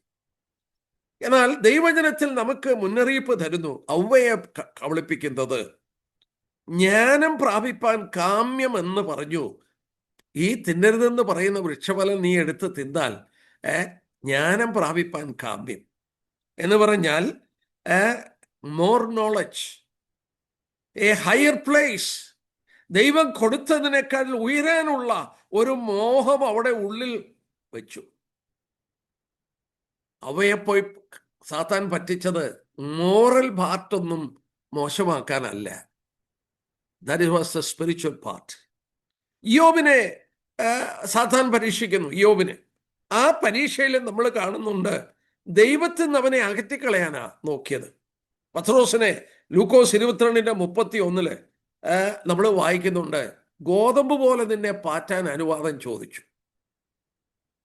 സക്കറിയ 3 വരുമ്പോൾ മഹാപുരോഹിതന്റെ വസ്ത്രം മുഷിഞ്ഞിരിക്കുന്നതൊക്കെ ദൈവസന്നിധി ചെന്ന് പറയുക സാത്താൻ. അപ്പൊ നമ്മൾ ഓർക്കണം, നമ്മൾ മത്തായിയുടെ സുവിശേഷം 13-ാം അധ്യായത്തിൽ കണ്ടു, പൈശാചികന്റെ ആക്രമണം സഭയ്ക്ക് എന്നും ഉണ്ടെങ്കിലും കാലത്തിന്റെ അന്ത്യത്തെക്കുറിച്ച് കർത്താവ് പറയുമ്പോൾ അവിടെ എടുത്തു പറഞ്ഞൊരു വിഷയമാണ്, ഈ അല്പം പുളിമാവ് പിണ്ടത്തെ മുഴുവൻ പുളിപ്പിക്കുമെന്ന് പറഞ്ഞ പോലെ ഈ ഇവൽ ഡോക്ട്രിൻ, ചെറിയ ഒരു ഡീവിയേഷൻ മുഴുവൻ പുളിച്ചു വരാൻ ഉതകുന്ന വിധത്തിലായി മാറി. നമ്മൾ ഓർക്കണം, അപ്പോസ്റ്റസി, ഈ അന്തിക്രിസ്തു പ്രത്യക്ഷപ്പെടുമ്പോൾ 2 പത്രോസ് എന്നെടുത്താട്ടെ, 2 തെസ്സലോനിയർ അന്തിക്രിസ്തുവിന്റെ വരവിനെ കുറിച്ച് പറയുമ്പോൾ അവിടെ എടുത്തു പറയുന്നുണ്ട് 3-ാം വാക്യം, ആരും ഏതുവിനെയും നിങ്ങളെ ചതിക്കരുത്. അവിടെയും കർത്താവ് മുന്നറിയിപ്പ്, ചതിക്കരുത്, നിങ്ങളെ തെറ്റിക്കരുത്, നിങ്ങൾ വഞ്ചിക്കപ്പെടരുത്. എന്താ കാരണം? ആദ്യമേ വിശ്വാസത്യാഗം സംഭവിക്കണം. അപ്പോസ്റ്റസി, അന്തിക്രിസ്തുവിന്റെ വരവിന് മുമ്പ് അപ്പോസ്റ്റസി സംഭവിക്കണം. നമ്മളെ ഓർക്കുക എൻ്റെ പ്രിയപ്പെട്ടവരെ, അങ്ങനെയുള്ളൊരു കാലത്തിലാണ് നമ്മൾ ജീവിക്കുന്നത്. 20-ാം നൂറ്റാണ്ടിലെ ഇതിന്റെ ആരംഭം നമ്മൾ കണ്ടു കഴിഞ്ഞു. നമ്മൾ കണ്ടതുപോലെ അല്പം പുളിമാവ് പിണ്ണത്തെ മുഴുവൻ പൊളിപ്പിക്കുന്ന ഒരു സാഹചര്യം നമ്മൾ കണ്ടുകൊണ്ടിരിക്കുക. അവന്റെ വരവ് സാത്താന്റെ സകലവിധമായ വ്യാജമായ അത്ഭുതങ്ങളോടും അടയാളങ്ങളോടും കൂടെ ആയിരിക്കും. അത്ഭുതങ്ങൾ നടക്കുന്നു എന്ന് പറഞ്ഞാൽ ആളുകളെ അക്സെപ്റ്റ് ചെയ്യാനായിട്ട് തുടങ്ങി. ക്രിസ്ത്യഗോളത്തിലെ പ്രസിദ്ധനായ ഒരാളാണ് മിസ്റ്റർ ബാക്സ്റ്റർ എന്ന് പറയുന്നത്. ബാക്സ്റ്റർ അദ്ദേഹം ഇങ്ങനെ പറഞ്ഞത് ഞാൻ വായിച്ചു, all spiritual power is either from God or from Satan. എല്ലാ ആത്മിക മണ്ഡലത്തിൽ കാണുന്ന ശക്തിയും ഒന്നുകിൽ ദൈവത്തിൽ നിന്നാണ്, അല്ലെങ്കിൽ സാത്താനിൽ നിന്നാണ്. ഇത് നമുക്ക് കുറച്ചുകൂടെ വ്യക്തമായി ഞാൻ ചൂണ്ടിക്കാണിക്കാൻ ആഗ്രഹിക്കുന്നു. തിമത്തിയോസിന്റെ ലേഖനം ഒന്ന് എടുക്കാം. തിമത്തിയോസിന്റെ ലേഖനം വളരെ നമ്മൾ വായിക്കേണ്ട, പഠിക്കേണ്ട ഒരു ഭാഗമാണ്. ഈ തിമത്തിയോസിന്റെ ലേഖനം ഈ കാലത്തിന്റെ അന്ത്യത്തിൽ സംഭവിക്കുന്ന കാര്യങ്ങൾ ഒരുപാട് സൂചന നമുക്ക് നൽകിയിട്ടുണ്ട്. 1 തിമത്തിയോസ് 4-ാം അധ്യായത്തിന്റെ 1-ാം വാക്യം നോക്കിയാട്ടെ. എന്നാൽ ഭാവി കാലത്ത്, ഇംഗ്ലീഷിൽ വായിച്ചാൽ ഇൻ ദ ലേറ്റർ ഡേയ്സ്, അന്ത്യകാലത്ത് ചിലർ വ്യാജാത്മാക്കളെയും ഭൂതങ്ങളുടെ ഉപദേശങ്ങളിലും ആശ്രയിച്ച് ഭോഷ്ക് പറയുന്നവരുടെ കപടത്താൽ വിശ്വാസം ത്യജിക്കും. In the later days, paying attention to deceitful spirits and the doctrine of demons. മലയാളത്തില് ആശ്രയിച്ചെന്ന, ഞാനത് ഒരു ബ്രാക്കറ്റിലാക്കി, ആശ്രയിച്ച്. കാരണം ആശ്രയിച്ച് ഇംഗ്ലീഷിൽ വായിക്കുമ്പോൾ paying attention, later times paying attention to deceitful spirits, അത് ഉപയോഗിച്ചിരിക്കുന്നത് അത് വെറുതെ കേൾക്കുക എന്നുള്ള ആശയമല്ല. അവിടെ ഉപയോഗിച്ചിരിക്കുന്ന ആശയം, it means to devote oneself or to cling to something. ആ വിഷയത്തോടുള്ള ബന്ധത്തിൽ അങ്ങ് സമർപ്പിക്കുക, അതിനോട് ഒട്ടിപ്പിടിക്കുക, അതിനോട് തൂങ്ങിപ്പിടിച്ച് കിടക്കുക. ഡോക്ട്രിൻസ് ഓഫ് ഡിമോൺസ്, ദൈവത്തിന്റെ ഉപദേശമല്ല, പൈശാചികനെ തെറ്റിക്കാനുള്ള ഡോക്ട്രിൻ. നമ്മൾ ഓർക്കണം, ആത്മീയഗോളത്തിൽ പ്രവർത്തിക്കുന്ന ദുരാത്മാക്കളുണ്ട്. നമ്മൾ ഇന്നലത്തെ ക്ലാസ്സിൽ കണ്ടു, മർക്കോസ് 9:29 ഈ ജാതി എന്ന് കർത്താവ് പറഞ്ഞത്, this kind, it is a special kind of evil spirit that is working in the spiritual world in order to deceive people, deviate people from the truth.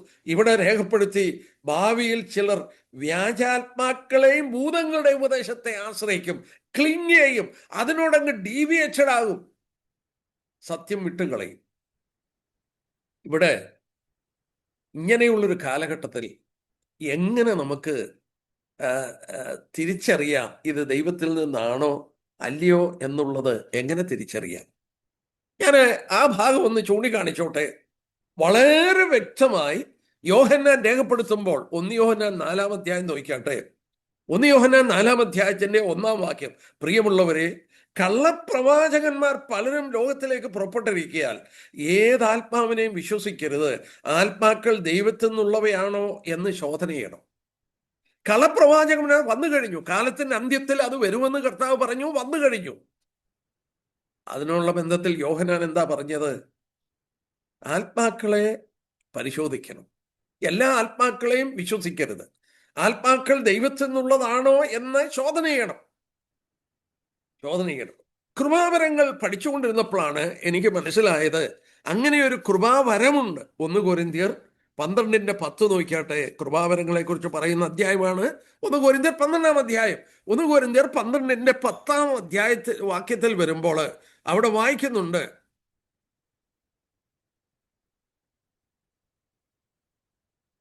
മറ്റൊരുവന് ആത്മാക്കളുടെ വിവേചനം, ഡിസേണിംഗ് ഓഫ് ദ സ്പിരിറ്റ്. യോഹന്നാൻ എന്താ പറഞ്ഞത്? ആത്മാക്കളെ എല്ലാം വിശ്വസിക്കരുത്, ആത്മാക്കൾ ദൈവത്തിൽ നിന്നുള്ളതാണോ എന്ന് ശോധന ചെയ്യണം. സോന്മാരെ, ഇവിടെ നമ്മള് ഈ കൃപാവരങ്ങളെ പറയുന്ന അധ്യായത്തില് ആത്മാക്കളുടെ വിവേചനം, അങ്ങനെ ഒരു ഗിഫ്റ്റ് ഉണ്ടായിരുന്നു. ഗിഫ്റ്റ് ഇന്നതുണ്ടോ? ഞാൻ വിശ്വസിക്കുന്നു ഇന്നത് കൃപാവരമായിട്ട് നൽകുന്നില്ല. ഇന്ന് കൃപാവരമായിട്ട് നൽകുന്നില്ല. അന്ന് പുതിയ നിയമ സഭയുടെ ആരംഭ കാലഘട്ടം, ആ പുതിയ നിയമ സഭയുടെ ആരംഭ കാലഘട്ടത്തിൽ എഴുതപ്പെട്ട വചനമില്ല. ഒരുപാട് കള്ള അപ്പോസ്തലന്മാരും കള്ളപ്രവാചകന്മാരും ഒക്കെ വന്ന് ജനങ്ങളെ തെറ്റിക്കുമ്പോൾ ദൈവസഭയിൽ ചിലർക്ക് ദൈവം ഇങ്ങനെയുള്ളൊരു ഗിഫ്റ്റ് കൊടുത്തു, ഡിസേണിംഗ് സ്പിരിറ്റ്. അവർക്ക് തിരിച്ചറിയാം ഇത് ദൈവത്തിൽ നിന്നുള്ളതാണോ അല്ലയോ എന്നുള്ളത്. ഇന്നും ആ ഗിഫ്റ്റിന്റെ പ്രവൃത്തി ഓപ്പറേറ്റ് ചെയ്യുന്നുണ്ട്. പക്ഷേ ഗിഫ്റ്റായിട്ടല്ല കൊടുക്കുന്നത്. നമ്മൾ ദൈവവചനം പഠിക്കുമ്പോൾ കാര്യങ്ങൾ ഗ്രഹിക്കാൻ കഴിയും. എങ്ങനെ ഗ്രഹിക്കാൻ കഴിയും? ഏത് ആത്മാവിനെയും വിശ്വസിക്കരുത്, ആത്മാവ് ദൈവത്തിൽ നിന്നുള്ളതാണോ എന്ന് ശോധന ചെയ്യണം. എങ്ങനെയാ ശോധന ചെയ്യുന്നത് നോക്കാം. നമ്മൾ കണ്ടു, ഒന്നുകിൽ ദൈവത്തിൽ നിന്നാണ്, അല്ലെങ്കിൽ സാത്താനിൽ നിന്നാണ്. നമുക്ക് എങ്ങനെ പരിശോധിക്കാം? ഞാൻ ചില സൂചനകൾ തരാം. യോഹന്നാന്റെ സുവിശേഷം 16-ാം അധ്യായം എടുത്താട്ടെ. യോഹന്നാന്റെ സുവിശേഷം 16-ാം അധ്യായം 13-ാം വാക്യം, സത്യത്തിന്റെ ആത്മാവ് വരുമ്പോഴോ അവൻ നിങ്ങളെ സകല സത്യത്തിലും വഴി നടത്തും. അവൻ സ്വയമായി സംസാരിക്കാതെ താൻ കേൾക്കുന്നത് സംസാരിക്കാൻ വരുവാനുള്ളത് നിങ്ങൾക്ക് അറിയിച്ചു തരികയും ചെയ്യും. എനിക്കുള്ളതിൽ നിന്ന് എടുത്ത് നിങ്ങൾക്ക് അറിയിച്ചു തരും, എന്നെ മഹത്വപ്പെടുത്തും. ശരിയായ പരിശുദ്ധാത്മാവ് എന്താ ചെയ്യുന്നത്? 15:26 നോക്കിയേ. 15-ാം അധ്യായത്തിന്റെ 26-ാം വാക്യം, അവൻ എന്നെ കുറിച്ച് സാക്ഷ്യം പറയും. പരിശുദ്ധാത്മാവ് എന്നെ കുറിച്ച് സാക്ഷ്യം പറയും. പരിശുദ്ധാത്മാവ് എന്നെ മഹത്വപ്പെടുത്തും. പരിശുദ്ധാത്മാവ് എനിക്കുള്ളതിൽ നിന്ന് എടുത്തു തരും. പരിശുദ്ധാത്മാവ് എന്തിനാ ഇറങ്ങി വന്നത്? പരിശുദ്ധാത്മാവിന്റെ ജോലി പരിശുദ്ധാത്മാവിനെ ആരാധിക്കാനോ പരിശുദ്ധാത്മാവിനെ വലുതായി കാണിക്കാനോ അല്ല. പരിശുദ്ധാത്മാവ് വന്നത് ദൈവപുത്രനെ അവന്റെ വലിപ്പം കാണിച്ചു തരാൻ, അവനെ ആരാധിപ്പാൻ മനുഷ്യന്റെ മനസ്സിനെ അങ്ങോട്ട് അങ്ങോട്ട് നയിക്കാൻ. അവൻ വന്നത് ആ കർത്താവ് പറഞ്ഞത് വ്യാഖ്യാനിച്ചു തരാൻ. അവൻ വന്നത് കർത്താവിനെ മഹത്വപ്പെടുത്താൻ. എങ്ങനെ തിരിച്ചറിയാം? നമ്മുടെ കൂടിവരവുകളിൽ യേശുക്രിസ്തുവിനെയാണോ ഉയർത്തുന്നത്, ആത്മാവിനെയാണോ ഉയർത്തുന്നത്? ചില കൂടിവരവുകളിൽ ചെന്നാൽ അവർക്ക് ആകെ പറയാനുള്ളത് ആത്മാവിനെ കുറിച്ചേ ഉള്ളൂ. ആത്മാവാണ് എല്ലാം എന്നുള്ള രീതിയിൽ കർത്താവിനെ അല്ല ആരാധിക്കുന്നത്. എൻ്റെ പ്രിയപ്പെട്ടവരെ, ശരിയാ, അത് വേറെ ഒരു ആത്മാവാണ്. That is another spirit. The true spirit, സത്യാത്മാവ് വരുമ്പോൾ അവൻ എന്നെ മഹത്വപ്പെടുത്തും. അവൻ എന്നെക്കുറിച്ച് സാക്ഷി പറയും. അവൻ എനിക്കുള്ളിൽ നിന്ന് എടുത്ത് നിങ്ങൾക്ക് തരും. ഇത് സംഭവിക്കുന്നുണ്ടോ? അവൻ എന്നെ സകല സത്യത്തിലും വഴി നടത്തും. ഈ 12-ാം അധ്യായത്തിന്റെ 1 കൊരിന്ത്യർ 12-ാം അധ്യായത്തിലെ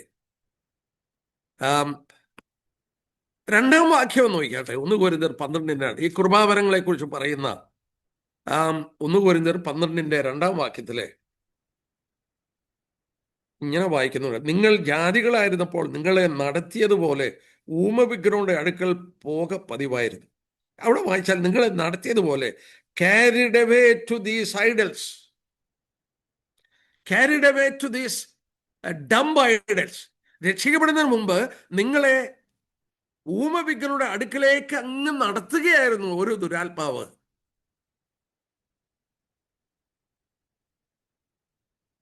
സഹോദരന്മാരെ, ദൈവാത്മാവിനെ എങ്ങനെ തിരിച്ചറിയാം? നമ്മുടെ കർത്താവ് പറഞ്ഞ വാക്ക് ഓർമ്മയുണ്ടോ? യോഹന്നാൻ മത്തായിയുടെ സുവിശേഷത്തിൽ വായിക്കുന്നുണ്ട്, അവരുടെ ഫലങ്ങളാൽ നിങ്ങൾ അവരെ തിരിച്ചറിയും. You shall know them by their fruit. ആത്മഫലമുള്ളവരുടെയും നോക്കുക, ആത്മാവിന്റെ ഫലങ്ങൾ നമുക്ക് നോക്കാം. ഗലാത്യലേഖനം 5-ാം അധ്യായം, ഗലാത്യലേഖനം 5-ാം അധ്യായം 22 തൊട്ടുള്ള വാക്യം. ആത്മാവിന്റെ ഫലമോ സ്നേഹം, സന്തോഷം, സമാധാനം, ദീർഘക്ഷമ, ദയ, പരോപകാരം, വിശ്വസ്തത, സൗമ്യത, ഇന്ദ്രിയ ജയം. ഇവിടെ എടുത്തു പറയുന്നു 9 ഫലങ്ങൾ പറയുമ്പോൾ 9-ാമത്തെ ഫലം നോക്കി, 9th fruit of the spirit, ഇന്ദ്രിയ ജയം.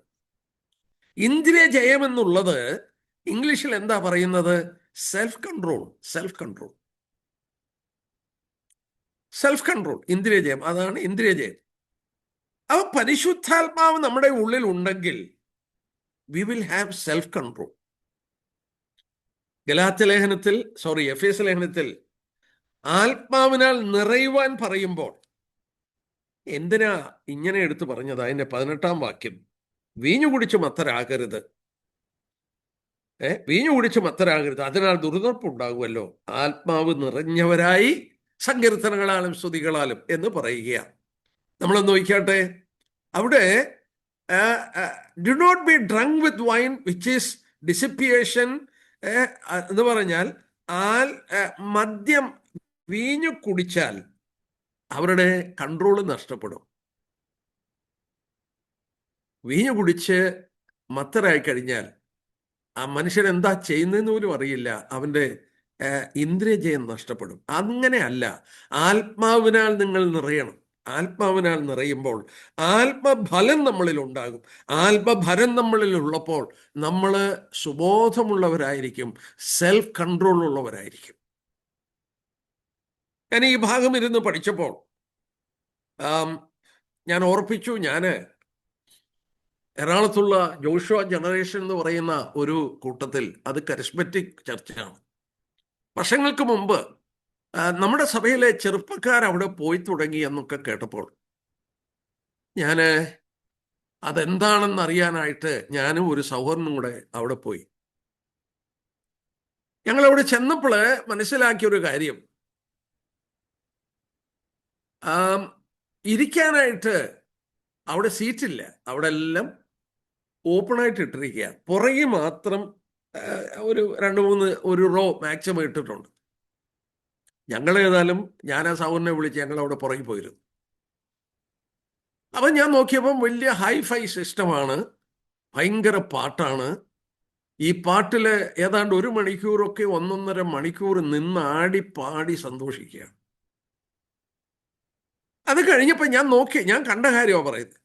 ഞാൻ നോക്കിയപ്പോൾ പാസ്റ്റ് ഇങ്ങോട്ട് വന്നു, ആ മൈക്ക് ഇങ്ങോട്ട് എടുത്തു, എന്തോ 2-3 കാര്യം പറഞ്ഞു, ഒരു ഊതൂതി, ഹൂന്നൊരു ഊതൂതി മൈക്ക് കൂടെ. അപ്പം ഈ കയ്യിലൊരു മൈക്കുണ്ട്, തൻ്റെ എളിക്ക് മൈക്കുണ്ട്.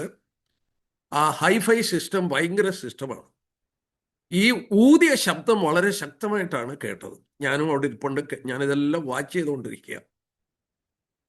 ഞാൻ നോക്കിയപ്പോൾ ആളുകൾ പടാന്ന് വീഴുന്നു, മലന്ന് വീഴുകയാണ്. എന്നെ ഏറ്റവും ചിന്തിപ്പിച്ചത് സ്ത്രീകളും മലന്ന് വീഴുകയാണ്. ക്ഷമിക്കണേ, ഞാൻ തുറന്നു പറയുക. ഇങ്ങനെ മലന്ന് വീണിട്ട് അവരുടെ ഡ്രസ്സൊക്കെ ഇങ്ങനെ മാറിക്കിടക്കുകയാണ്. പിന്നീടാണ് ചെന്ന് ഡ്രസ്സൊക്കെ പിടിച്ചെടുത്ത്. ഇതെന്നെ ഒരുപാട് ചിന്തിപ്പിച്ചു. എന്തിനാണിത്? ഇതെന്താണ് ഇങ്ങനെ സംഭവിക്കുന്നത്? അല്പം കൂടെ കാലങ്ങൾ കഴിഞ്ഞപ്പോഴാണ് ദൈവജനത്തിന്റെ വെളിച്ചത്തിൽ എനിക്ക് മനസ്സിലായ എന്താണെന്നറിയാമോ? ഇങ്ങനെ പുറകോട്ട് വീഴുന്നത് ദൈവത്തിന്റെ സന്നിധിയിലെ ന്യായവിധിയാണ്. ഞാൻ 1-2 വാക്യം ഒന്ന് കാണിച്ചോട്ടെ. 1 രാജാക്കന്മാർ 18-ാം അധ്യായത്തിന്റെ 39. 1 രാജാക്കന്മാർ 18.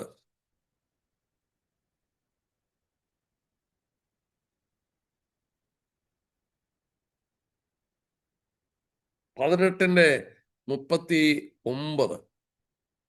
ജനമെല്ലാം അത് കണ്ട് കവിണ്ണു വീണു, യഹോവ തന്നെ ദൈവം എന്ന് പറഞ്ഞു. ബാലിനും ഏലിയാവിന്റെ മധ്യത്തിൽ സ്വർഗത്തുനിന്ന് തീയിറങ്ങി ദഹിപ്പിച്ചപ്പോൾ ജനങ്ങൾക്ക് മനസ്സിലായി യഹോവയാണ് ദൈവമെന്ന് മനസ്സിലായി. അവര് കവിണ്ണു വീണ് ദൈവത്തെ നമസ്കരിച്ചു. മറുരൂപമലയിൽ മത്തായിയുടെ സുവിശേഷം 17-ാം അധ്യായം നോക്കിയാട്ടെ. മത്തായിയുടെ സുവിശേഷം 17-ാം അധ്യായം.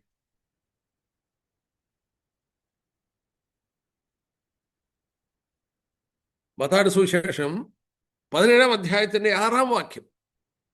ശിഷ്യന്മാർ ഇത് കേട്ടു, ഏറ്റവും ഭയപ്പെട്ടു, കവിണ്ണു വീണു.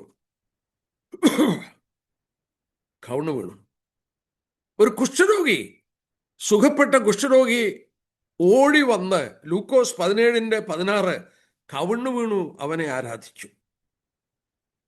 1 കൊരിന്ത്യർ 14-ന്റെ 25 സഭയിൽ കടന്നു വരുമ്പോൾ ദൈവം നിങ്ങളുടെ ഇടയിൽ ഉണ്ടെന്ന് മനസ്സിലായി കവിണ്ണു വീണ് അവനെ ആരാധിക്കുന്നു. അത് വർഷിപ്പാണ്. എന്നാൽ നോക്കിയാട്ടെ, ഏലി 1 ശമൂവേൽ 4-ാം അധ്യായം നോക്കിയാട്ടെ. 1 ശമൂവേൽ 4-ാം അധ്യായം. അവിടെ ദൈവത്തിന്റെ ന്യായവിധി നടക്കുമ്പോൾ 1 ശമൂവേൽ 4-ാം അധ്യായത്തിന്റെ 18-ാം വാക്യം. 4-ാം അധ്യായത്തിന്റെ 18-ാം വാക്യം. പെട്ടകം അവൻ ദൈവത്തിന്റെ പെട്ടകത്തിന്റെ വസ്തുത പറഞ്ഞപ്പോൾ ഏലി പടിവാതിക്കൽ ആസനത്തിൽ നിന്ന് പിറകോട്ട് വീണ് കഴുത്തൊടിഞ്ഞു മരിച്ചു. പുറകോട്ട് വീണു. ന്യായവിധിയാണ് പുറകോട്ട് വീഴുന്നത്. ഞാനൊരു വാക്യം ഒന്ന് കാണിച്ചോട്ടെ. യെശയ്യാപ്രവചനം 28-ാം അധ്യായം എടുത്തേ. യെശയ്യാപ്രവചനം 28-ാം അധ്യായം. സഹോദരന്മാരെ, എല്ലാ ആത്മാക്കളെയും വിശ്വസിക്കരുത്. ആത്മാക്കൾ ദൈവത്തിൽ നിന്നുള്ളതാണോ എന്ന് ശോധന ചെയ്യാൻ പറഞ്ഞു. 28-ാം അധ്യായം അതിൻ്റെ 10-ാം വാക്യം. ചട്ടത്തിന്മേൽ ചട്ടം, ചട്ടത്തിന്മേൽ ചട്ടം, സൂത്രത്തിന്മേൽ സൂത്രം, സൂത്രത്തിന്മേൽ സൂത്രം, ഇവിടെ അല്പം അവിടെ അല്പം. ദൈവവചനം അങ്ങനെ തന്നിരിക്കുന്നത്. ഇവിടെ അല്പം അവിടെ അല്പം. ഏത് ഉപദേശം പഠിക്കണേലും നമ്മൾ അന്വേഷിക്കണം, സമയം ചെലവഴിക്കണം, ദൈവവചനത്തെ അപഗ്രഥിക്കണം. കാരണം ഇവിടെ അല്പം അവിടെ അല്പം അങ്ങനെ തന്നിരിക്കുന്നത്. എന്തിനാണെന്നറിയാമോ? ദൈവം അവരോട് സംസാരിച്ചു. 13-ാം വാക്യം. ആകയാൽ അവർ ചെന്ന് പിറകോട്ട് വീണ് തകർന്ന് കുടുക്കിൽ അകപ്പെട്ട് പിടിപെടേണ്ടതിന് യഹോവയുടെ വചനം അവർക്ക് ചട്ടത്തിന്മേൽ ചട്ടം, ചട്ടത്തിന്മേൽ ചട്ടം, സൂത്രത്തിന്മേൽ സൂത്രം, സൂത്രത്തിന്മേൽ സൂത്രം, ഇവിടെ അല്പം അവിടെ അല്പം. ഇവിടെ എഴുതിയിരിക്കുന്ന നോക്കിക്കേ, അവർ ചെന്ന് പുറകോട്ട് വീണ് കണിയിലകപ്പെടണം. ദൈവത്തെ ആരാധിക്കുന്നവർ കമിണ് വീണ് ആരാധിക്കുന്നു. പഴയ നിയമത്തിലൊരു കൽപ്പനയുണ്ട്, പുറപ്പാട് 20:26 നഗ്നത കാണാതിരിപ്പാൻ യാഗപീഠത്തിന്റെ പടികൾ ചവിട്ടിക്കയറരുത്. You are in the presence of the most holy God. ആ കൈപ്പട ചവിട്ടിക്കയറാൻ ദൈവം അനുവദിച്ചില്ല, നിന്റെ നഗ്നത കാണാതിരിപ്പാൻ. അങ്ങനെയുള്ള ദൈവ സാന്നിധ്യം കൽപ്പിച്ചിട്ടുള്ള സ്ഥലമാണ് ദൈവസഭ. ആ സഭയില് സ്ത്രീകൾ മലന്നു വീഴുകയാണ്. ഇത് ദൈവത്തിൻ്റെ അനുഗ്രഹമാണോ? ഇത് ന്യായവിധിയാണോ? അബ്രഹാം മുതലായവർ ദൈവത്തെ ആരാധിച്ചപ്പോൾ കവിണ് വീണ് ആരാധിച്ചു. ദൈവം ന്യായവിധി നടത്തി. ഏലിയൊക്കെ പുറകോട്ട് വീണു. ഇവിടെയും വായിക്കുന്ന കണ്ടോ, പുറകോട്ട് വീണു. ഇന്ന് സ്ലേയിങ് ഇൻ ദ സ്പിരിറ്റ്. പാസ്റ്റേഴ്സിനോട് ചോദിക്കും ഇത് എന്താന്ന് ചോദിച്ചാൽ പറയും slaying in the spirit. Pastor ഇങ്ങനെ കൈയെടുത്ത് കഴിയുമ്പോൾ വീഴുന്നത് ഒരുത്തം പോലും കവന്ന് വീഴുന്നില്ല, എല്ലാം മലന്നാ വീഴുന്നത്. ന്യായവിധിയാണ്. ആത്മാക്കൾ ദൈവത്തിൽ നിന്നുള്ളതാണോ എന്ന് പരിശോധിക്കുക. ശരിയായിട്ടുള്ള ആത്മാവ് കർത്താവിനെ മഹത്വപ്പെടുത്തും. അവനുള്ളതിൽ നിന്ന് എടുത്തു തരും. അവൻ സ്വയമായി സംസാരിക്കത്തില്ല, അവനെ ഉയർത്തത്തില്ല. ഉയർത്തപ്പെടുന്നത് കർത്താവിനെ ആയിരിക്കും. നമ്മൾ വന്നെത്തിയ നാളുകൾ കർത്താവിൻ്റെ വചനത്തെ ആസ്പദമാക്കി നമ്മൾ കണ്ടുകൊണ്ടിരിക്കുകയാണ്. 20-ാം നൂറ്റാണ്ടിൽ ആരംഭിച്ച ഈ പ്രക്രിയ അതിൻ്റെ ക്ലൈമാക്സിൽ വരികയാണ്. നമ്മൾ കണ്ടു, ആ കർത്താവ് പറഞ്ഞ ഉപമയിൽ നിന്ന് 4-ാമത്തെ ഉപമയിൽ നിന്ന് കണ്ടു, അല്പം പുളിമാവ് ചേർത്തു, എല്ലാം പുളിച്ചു വരുവോളം അടക്കി വെച്ചു. ഒരു ചെറിയ ഡീവിയേഷൻ. വളരെ കരുതി ജീവിക്കാം. ദൈവവചനം കർത്താവ് പറഞ്ഞു, നിങ്ങൾ തിരുവെഴുത്തുകളെ അറിയായികയാൽ തെറ്റിപ്പോന്നു. ഈ നോട്ട് നോയിങ് ദ സ്ക്രിപ്റ്റേഴ്സ്. ആ വചനത്തെ ശരിയായി അപഗ്രഥിച്ച് പഠിച്ച് കർത്താവിൻ്റെ മഹത്വത്തിന് വേണ്ടി ജീവിപ്പാൻ കർത്താവ് നമ്മെ സഹായിക്കട്ടെ. ഞാനിവിടെ ഈ പഠനം നിർത്തുന്നു. കൃപാവരങ്ങളെക്കുറിച്ചൊന്നും എടുക്കാൻ സമയമില്ല. കർത്താവ് സഹായിക്കട്ടെ. ഈ പഠനം ചിലർക്കെങ്കിലും പ്രയോജനകരമായി തീർന്നു. എല്ലാവരെയും ദൈവം അനുഗ്രഹിച്ച് ചില കാര്യങ്ങളെങ്കിലും ഗ്രഹിപ്പാനായിട്ട് ഇടയാക്കട്ടെ എന്ന് ആത്മാർത്ഥമായി ഞാൻ പ്രാർത്ഥിക്കുന്നു. അവൻ്റെ വലിയ നാമം മഹത്വപ്പെടട്ടെ. നിങ്ങളോടൊത്ത് സമയം ചെലവഴിപ്പാൻ ദൈവം നൽകിയ നല്ല സമയത്തിനായി ദൈവത്തെ സ്തുതിക്കുന്നു.